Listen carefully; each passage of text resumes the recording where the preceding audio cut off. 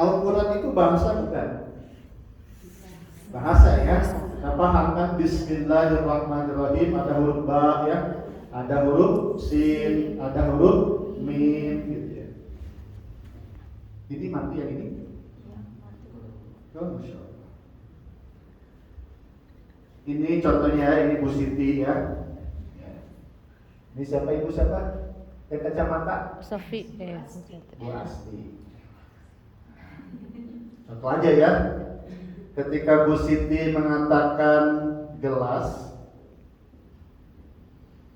terdengar sama Bu Asti, maka di dalam pikiran Bu Asti gelas atau kucing. Gelas lah ya, nggak mungkin jadi kucingnya. Kenapa? Kok bisa gelas jadi kucing di sini? Bapak kebayangnya gelas. Kalau misalnya kita ngomong gelas atau yang lainnya, nur ada headset ya, cecenet apa cecenet? Apa? Maralitnya, ralit. Yang Di dia kabayangnya yang boleh. masjid, apa cecenet? Kenapa bisa bunyi dan tulisan ini membentuk image di sini, membentuk bayangan? Kenapa? Karena kita pernah tahu cecenet seperti apa. Coba kalau ibunya dos cecenet ke orang Inggris, what is the meaning of cecenet? Ya, this kind of small fruit misalnya. Karena ternyata di dalam bahasa itu ada yang namanya sign, tanda. Yang tanda itu adalah ada signifier, penanda, dan signifier yang ditandai. Batu, ini apa nih Bu? Spidol. Nah, spidol ini adalah tanda yang ditandai ini. Kalau ini disebut mobil, setuju tidak? Tidak. Setuju tidak? Tidak. Tidak. Kenapa? Karena untuk memahami ini harus ada konvensi. Kesepakatan. Konvensi bahasa Indonesia dan bahasa Sunda ini adalah Spidol. ya. Tapi kalau Ibu Siti ke Inggris, you will not find spidol there. Marker. You will find marker there. Okay. Di sana nyebutnya marker. Artinya kesepakatannya berbeda. Bendanya mana? Ini tetap. Nah, konvensi ini disebutnya tali. Konvensi ini disebutnya tali. Nah, ini kan yang berkaitan dengan dunia. Kalau misalnya tentang jannah, ada yang tahu jannah tidak? Ada yang bisa membayangkan jannah seperti apa? Yang enak-enak saja. Di Al-Quran pun hanya disampaikan tajri min tahtiha anhar, yang indah-indah saja. Segala bentuk keindahan, keajaiban yang tidak bisa kita temukan di sini, di jannah ada. Kenapa? Ini ya, yang udunun ya, yang mata juga tidak pernah melihat, telinga tidak pernah mendengar, pikiran tidak pernah bisa membayangkan. Tapi ternyata pikiran kita mencari itu, otak kita kan mencari itu jannah seperti apa, kan tetap mencari ya. Sedangkan konvensi di dunia ini kan tanda itu kan harus ada yang ditandai. Kalau misalnya di jalan raya ada es, dicoret artinya apa? Dilarang jualan es. Mau mungkin dilarang jualan es, pasti dilarangnya berhenti gitu kan? Itu tanda dilarang berhenti, do not stop ya, dilarang berhenti. Itu konvensional, kita paham. Lalu bagaimana tentang sesuatu yang tidak kita paham? Maka Allah turunkan Al-Quran. Allah turunkan Al-Quran.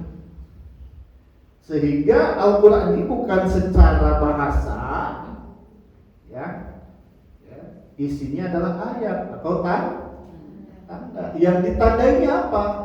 Baik sejarahnya, baik kebenaran ilmu pengetahuannya, ilmu bahasanya, ilmu tauhidnya, ilmu fikihnya. Apa yang tidak ada dalam Al-Quran? Semuanya ada. Semuanya ada. Sehingga bukan hanya tanda saja. Ini bisa menjadi syafi'ah di ashab, bisa menjadi syafaat bagi pembacanya, teman-temannya. Nah, ini jadi favorit ini tulisan saja. Bapak Ibu yang saya hormati dan Allah muliakan, ketika kita tahu ada tanda dan yang ditandai, kira-kira Ibu yakin tidak ketika ada kata batu, batunya ada tidak? Karena tanda itu pasti mengikuti yang ditandai. Ketika ada kata annar, neraka, berarti nerakanya ada tidak? Ada. Karena yang ditandai itu pasti ada. Contoh yang lainnya, misalnya tentang Nuh misalnya, Nabi Nuh misalnya. Ada apa Nabi Nuhnya? Ada, karena terucap di Al-Quran. Begitu kira-kira. Nah, Al-Quran ini luar biasanya. Kalau tadi konvensinya, kesepakatannya itu bahasa Sunda dipakai di Inggris, boleh tidak? Punten Ibu bagi ngagalut sakilo. Kira-kira orang Inggrisnya ngerti nggak? Enggak. Tapi kalau misalnya kita ada di Turki, ada di Indonesia, ada di Uzbekistan, ada di Mesir, sama. Konvensinya tidak mengenal ruang, tidak mengenal wilayah, bahkan tidak mengenal alam. Akan ada sampai surga nanti. Nanti ada yang terindah dikumandangkan oleh Nabi siapa? Suaranya paling bagus? Nabi Daud alaihissalam. Masya Allah. Beserta kemudian ada Bilal bin Rabah radhiyallahu anhu. Nah, Bapak Ibu yang saya hormati, konvensi jadi merah. Konvensi ini, Bapak ya, merah nggak Bapak Bu? Ya, mudah-mudahan ya tidak berkaitan dengan partai politik.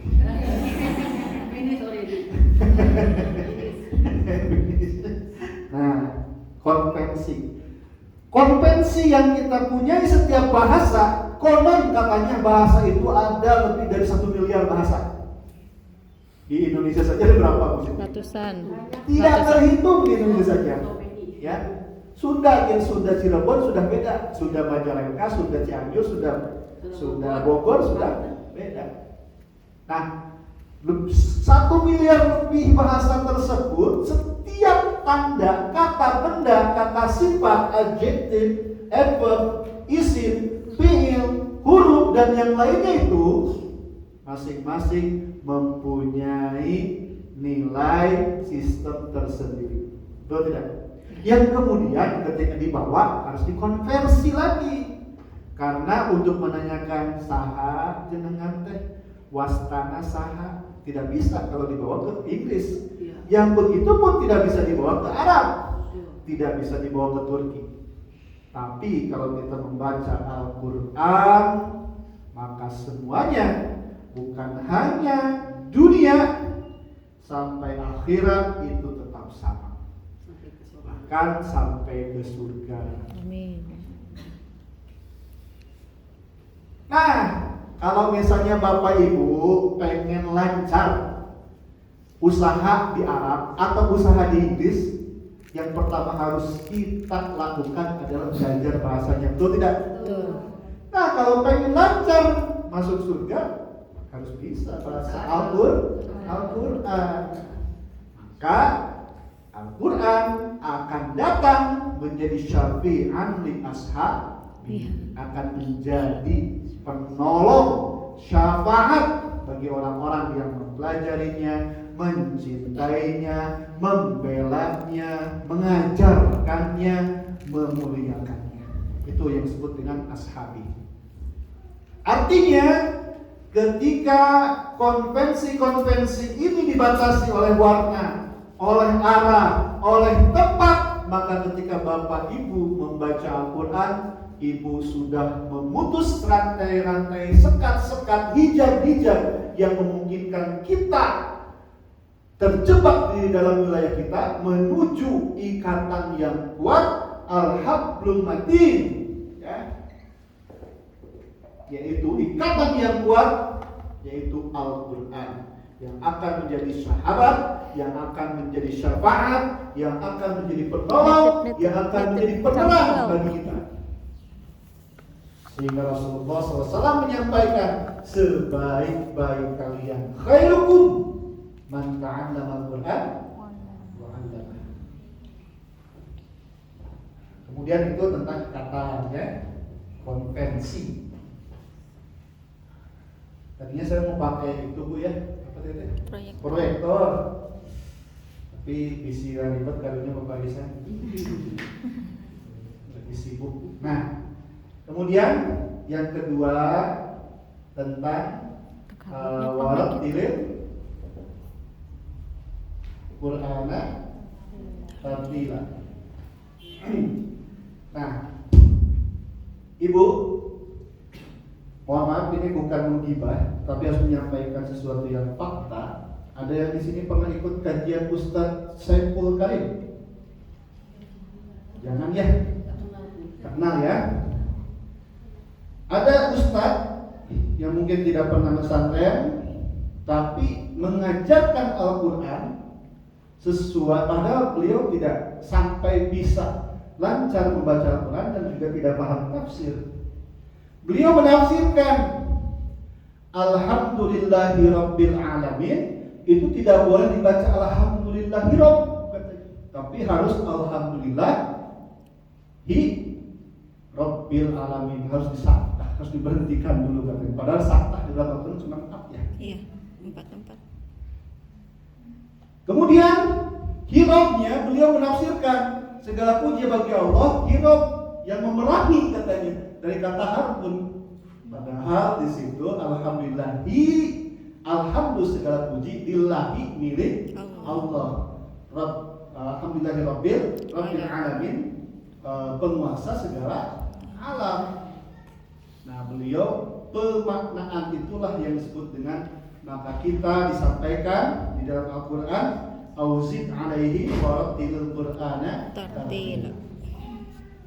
Sehingga ada sikap-sikap di dalam Al-Quran yang paling bagus ketika membaca Al-Quran. Bagusnya bagaimana? Yang pertama tentu saja dalam keadaan suci dari hadas kecil dan hadas besar. Yang kedua menghadap kiblat. Ya. Kemarin saya ke pesantren Sulaimaniyah, di situ ada pada Al-Quran luar biasa. Tidak boleh menyimpan Al-Quran di bawah perut, jadi harus di atas sini, di dada. Ya, di dada sini. Kemudian apa lagi? Harus dalam keadaan tegak. Jadi pemaknaan warattilil Qur'ana tartila ini, setiap huruf dia punya hak. Jangan sampai itu apa? Favorit itu ketukar.